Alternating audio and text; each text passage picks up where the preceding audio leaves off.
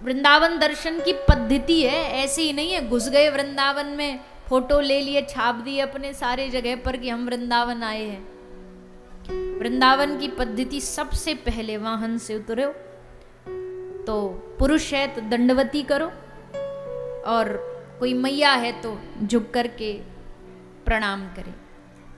फिर माटी को लेके अपने माथे पे लगाए, आंखों पे लगाए, अपने हृदय से लगाए कि धन्य है ये माटी जिसमें हमारे श्री श्याम सुंदर, श्री ठाकुर जी, श्री राधा रानी खेले हैं, विहार करे हैं। फिर उसके बाद क्या करें? उसके बाद मंदिर बाद में जाओ।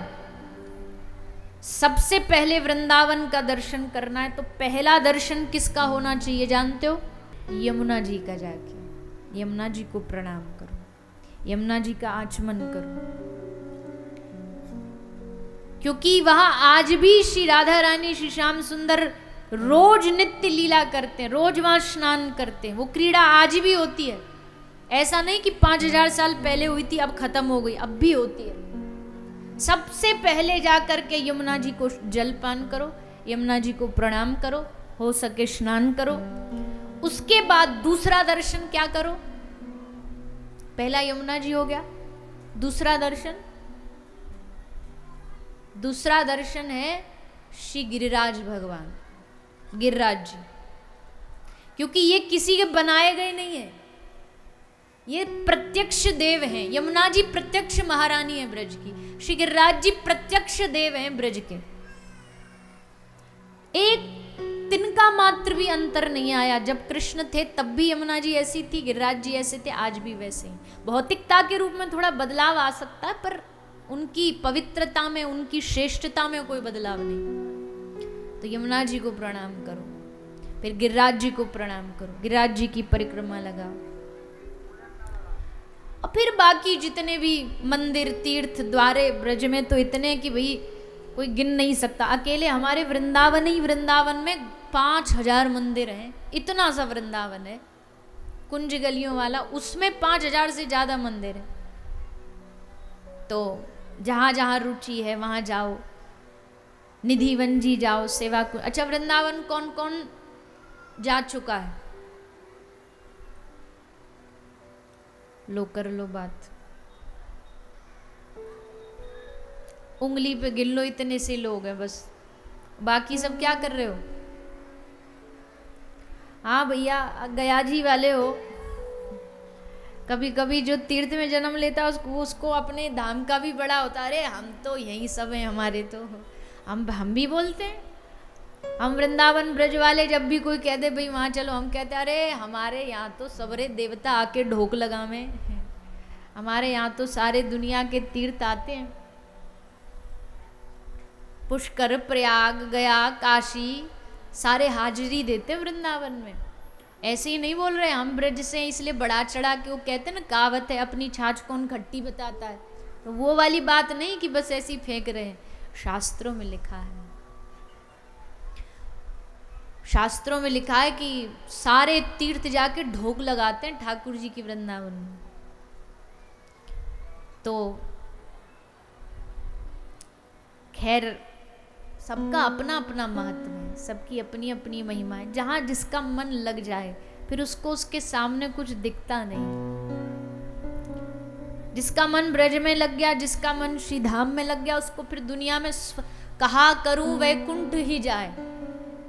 भगवान ने कह दिया अब तो वैकुंठ की भी जरूरत नहीं है, स्वर्ग चाहिए नहीं, वैकुंठ चाहिए नहीं, क्या चाहिए? ब्रज की माटी चाहिए, ब्रज की रज चाहिए। इसलिए जितने भी शास्त्र हैं, जितने भी ग्रंथ हैं, जितने भी महापुरुष हैं, सबने बस भगवान के चरणों की महिमा गाई। उनको पता है कि इन चरणों में बड़ी ताकत है, इन चरणों में बड़ी शक्ति है। तो चरणन की रज पाऊं, वो चरण प्राप्त हो जाए, उन चरणों का ध्यान, उन चरणों में मन लग जाए। जिसके मन ने भगवान के चरणों का चिंतन किया हो ना, उसका मन कभी अशुद्ध नहीं हो सकता। भगवान के चरणों में चिन्ह है, अंकुश का, मीन का, ये सारे जो भगवत चरणों में चिन्ह हैं, ये मन को वश में करने वाले हैं। इसलिए भगवत चरणों का ध्यान की महिमा बताई गई, बताया जाता है कि इन भगवत चरणों का ध्यान करो। तो भगवत चिंतन करने से, भगवान के चरणों का ध्यान करने से, भगवान की लीला चिंतन करने से, उन चरणों की रज से मन शुद्ध होता है। इसलिए तेज, वारी, मृदा, इन तीनों चीजों से मन की शुद्धता है, तभी मन शुद्ध होता है, पवित्र होता है। तो भगवान का चिंतन करो और जिह्वा से भगवान का नाम लो। काम करते रहो, नाम जपते रहो, हर समय कृष्ण का ध्यान धरते रहो, अपने रथ को सुमार्ग लगाते चलो, कृष्ण गोविंद गोपाल गाते चलो। इसी में जीवन की धन्यता है। बाकी तो सब जानते हैं, जानते तो सभी हैं, इसके लिए कोई प्रवचन तो है नहीं कि भाई जब जाएंगे तो खाली हाथ जाएंगे कि भर के लेके जाएंगे। कौन कौन कहता खाली हाथ जाएंगे? कौन कौन मानता है कि खाली हाथ जाएंगे? हाथ उठा के बताइए।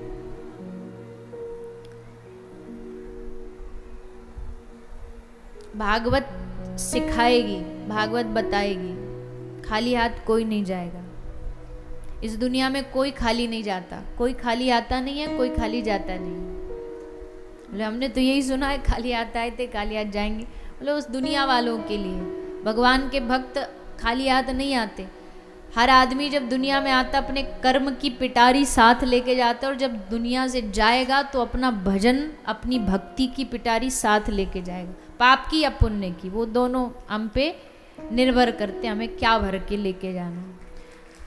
तो खाली हाथ कोई नहीं जाएगा। हाँ, वो दिखता नहीं है ये जरूर है, इसलिए लगता है कि भी चले गए खाली हाथ। कोई नहीं जाएगा, साथ लेके जाते हैं सब, तभी तो अगला जन्म मिलता है। अपने पूर्व के कर्मों से खाली हाथ कैसे चले जाएंगे? हाँ, इतना जरूर है, अब यहाँ भारत में कोई आदमी बाजार जाए, 10 रुपया दे, 10 रुपया में सामान खरीद लेगा। वही आदमी घूमने के लिए किसी दिन अमेरिका चला जाए, यूएस चला जाए, अब वहां जाकर के वो 10 रुपए का नोट देगा मार्केट में, बाजार में, तो कोई उसको नहीं लेगा, कुछ नहीं मिलेगा वहां उससे। तो क्या फिर भारतीय मुद्रा बेकार है? बोले बेकार नहीं है तो कीमती, पर जिस देश में जो चलता है उसके हिसाब से उसको एक्सचेंज करना पड़ता है। करेंसी एक्सचेंज होती है, बदलती है, बदलाव करके वो वहां चल जाएगा। वहां का जो यूएस डॉलर है वो बदल लो, उससे फिर सामान खरीदो। पैसा तो यही था भारतीय मुद्रा, पर बदलनी पड़ी।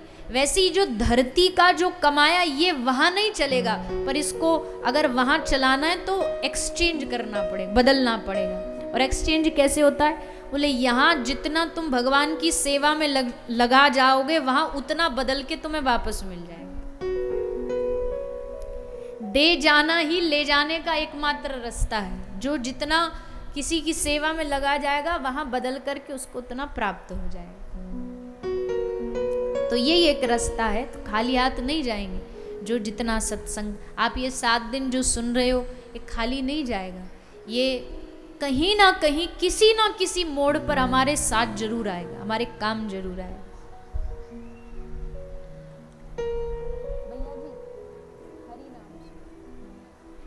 कहीं ना कहीं किसी मोड़ पर जरूर काम आएगा। इसलिए जितना इंसान मेहनत करता है, परिश्रम करता है, बचपन से ही एकदम मेहनत में डाल दिया जाता, पढ़ा रहे हैं, पूरा दिन रात पढ़ रहा है। बहुत कम ही लोग होंगे जिनके पढ़ाई का उद्देश्य ये है कि भैया अच्छा इंसान बन जाए। पढ़ाई इसलिए पढ़ा रहे हैं कि ये बढ़िया पैसे कमाने की मशीन बन जाए, बहुत बढ़िया पढ़ लिख ले तो पैसा बढ़िया कमाए, इसका भविष्य सेटल हो जाए। ज़्यादातर लोगों का विचार यही होता है। कोई अच्छे होते हैं जो वो सोचते हैं कि नहीं भाई, पढ़ाई का उद्देश्य है कि अच्छा मानव बने, अच्छा इंसान बने। तो बचपन में इतनी मेहनत करी, पढ़ाई करी, परिश्रम किया, रो रो करके स्कूल गए, पढ़े लिखे। क्यों कर रहे हैं इतनी मेहनत, क्यों कर रहे हैं इतना परिश्रम? क्या इसलिए कि सब कमा के यहीं छोड़ जाएंगे? मन नहीं था फिर भी 5 बजे नहला धुला के मैया बिठा देती है, कंघी वंगी करके तेल लगा के, कि चल बेटा सुबह 6 बजे स्कूल जाना है। और बच्चा फिर रोता विबकता फिर बसता। आजकल की तो पढ़ाई भी महाराज ऐसी है कि बच्चे हैं इतने इतने से और उनका बैग उनसे डबल साइज का, इतना सारा बर्डन।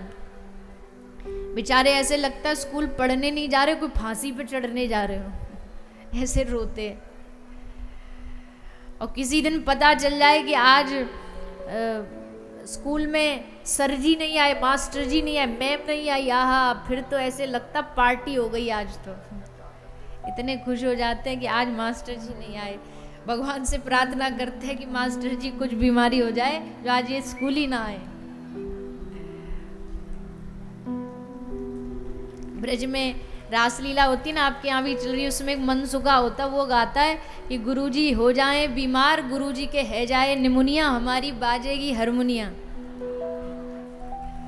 तो गुरुजी के कुछ गड़बड़ हो जाए, जो गुरुजी आज स्कूल तक ही ना पहुंचे, हम बच जाए।